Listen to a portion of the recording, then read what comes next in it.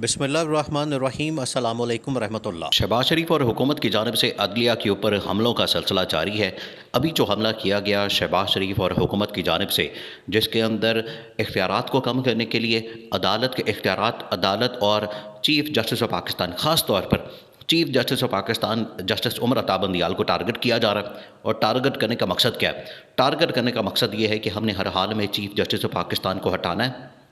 और काजी फायज़ ईसा को chief justice बनाना है। अब आप इसके डॉट्स कनेक्ट करें, आपको अंदाज़ा हो जाएगा पिछले जो 1 हफ़्ते से या 10 दिन से जो वाक़यात हुए हैं, जिस तरीके से इन्होंने अदलिया के ऊपर हमला किया, अदलिया के लिए जो बिल पास किया है और जस्टिस काजी फायज़ ईसा को पार्लियामेंट के अंदर बुला के तकरीर करवाई है। आपने ये तमाम के तमाम मामला समझने हैं तो आपको पूरी कहानी समझ आ जाएगी कि इस वक्त हुकूमत की साजिश क्या है। लेकिन chief justice of Pakistan justice Umar Ata Bandial ने इतना ज़बरदस्त जवाब दिया है, इतना करारा जवाब दिया है कि इनके होश ठिकाने आ गए। इमरान खान जब हुकूमत में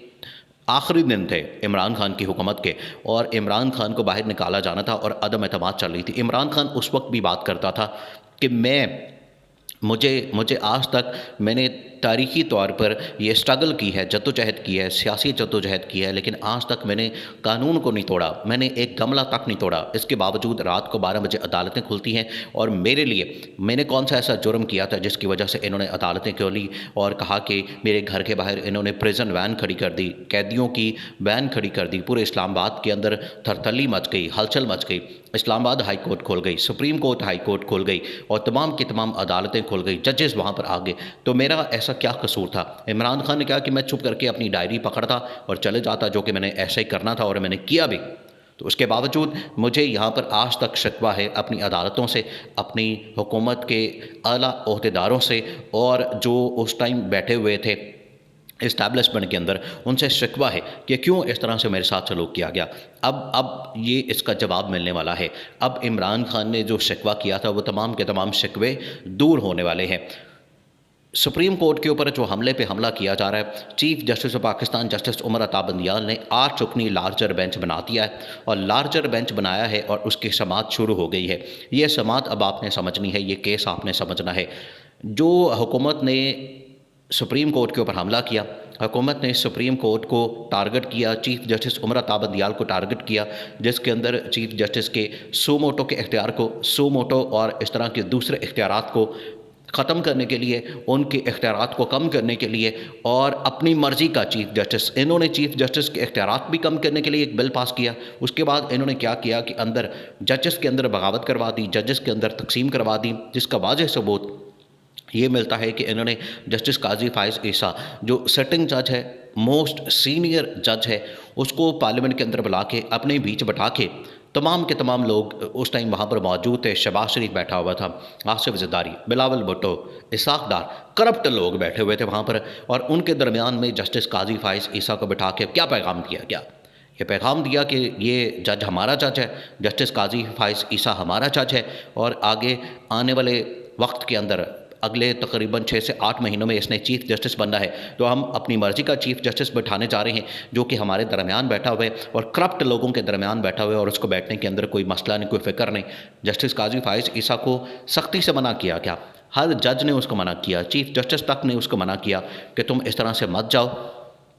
पार्लियामेंट के अंदर मत जाओ, तुम्हारे जाने से एक नया बखेड़ा शुरू हो जाना है, तुम्हारे जाने से एक नया पंडोरा बॉक्स खुल जाना है। लेकिन जस्टिस काजी ने नहीं मानी बात। अब सुप्रीम कोर्ट ऑफ पाकिस्तान और चीफ जस्टिस ऑफ पाकिस्तान की जानिब से लार्जर बेंच बनाया गया और उस केस की समाअत शुरू हो गई, जो कि इन्होंने सुप्रीम कोर्ट के ऊपर हमला करके सुप्रीम कोर्ट के इख्तियारात, जो चीफ जस्टिस के इख्तियारात थे, उसको कम करने की कोशिश की। अब इसके ऊपर लार्जर बेंच, बड़ा तगड़ा बेंच, बड़ा ज़बरदस्त बेंच, जिसके ऊपर ये लोग एतराज़ करते हैं। कभी ये मरियम नवाज़ एतराज़ करती है, ट्वीटें करती है, जलसों के अंदर उसके ऊपर बात करती है। आप उसके अंदर बैठे हुए जजेस देखें, चीफ जस्टिस खुद justice Umar Ata Bandial, justice Ijazul Ahsan, justice Munib Akhtar, justice Mazahar Ali Naqvi, justice Ayesha, justice Mazhar, ये तमाम के तमाम काबिल जजेस जो बड़े ऑनरेबल और बड़े ही अपराइट जजेस हैं, वो इस बेंच के अंदर बैठे हुए हैं। और ये जो इन्होंने हुकूमत ने बिल पास करवाया और सुप्रीम कोर्ट के ऊपर हमला किया, ये अब शहबाज शरीफ की बारी आने वाली है।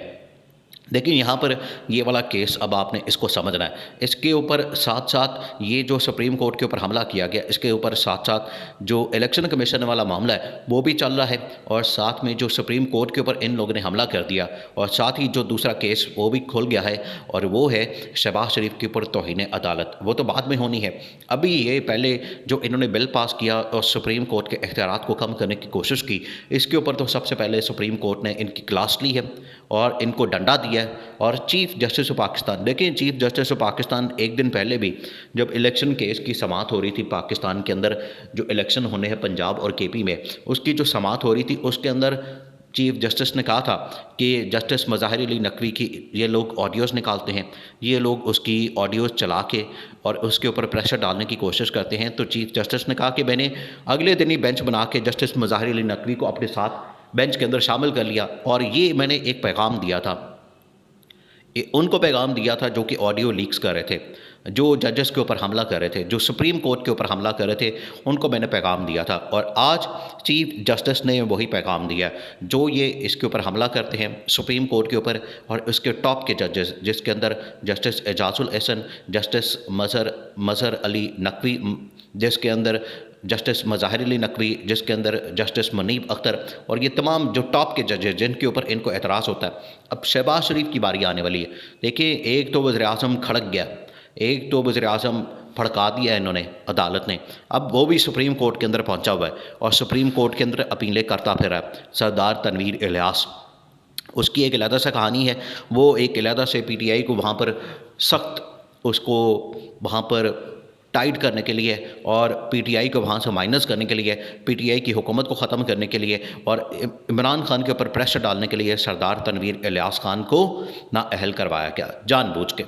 ताकि उसकी हुकूमत ख़त्म हो सके इमरान खान की। वहाँ पर तमाम जो एमएनएस और वहाँ जितने एमएलएस हैं उन्होंने बगावत करनी है सरदार तनवीर के ख़िलाफ़। और अब जो नया वज़ीर-ए-आज़म, जो निगरान वज़ीर-ए-आज़म है, उसके बाद जो वज़ीर-ए-आज़म आना है वो पीपल्स पार्टी की जानिब से लाया जाना है, और सारे के सारे एमएलएस जो सपोर्ट करेंगे वज़ीर-ए-आज़म जो पीपल्स पार्टी का होगा उसको। वहाँ तो एक अलहदा साजिश की गई, लेकिन यहाँ सुप्रीम कोर्ट ने अब इस हुकूमत को नहीं बख्शना और शहबाज शरीफ को नहीं बख्शना, क्योंकि शहबाज शरीफ और इस पूरी हुकूमत ने ये जो कैबिनेट ने फैसला किया, कैबिनेट की जानिब से फ़ैसला किया गया, नेशनल असम्बली की जानिब से फ़ैसला किया गया, ये फ़ैसला बड़ा ख़तरनाक है,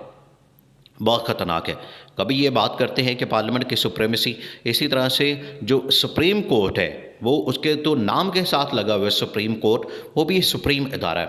उसको भी आप इस तरह से इख्तियारात कम करके उसको जलील नहीं कर सकते, चीफ जस्टिस के ऊपर हमला नहीं कर सकते। तो अब ये जो नोटिस और लार्जर बेंच और ये जो केस चला है,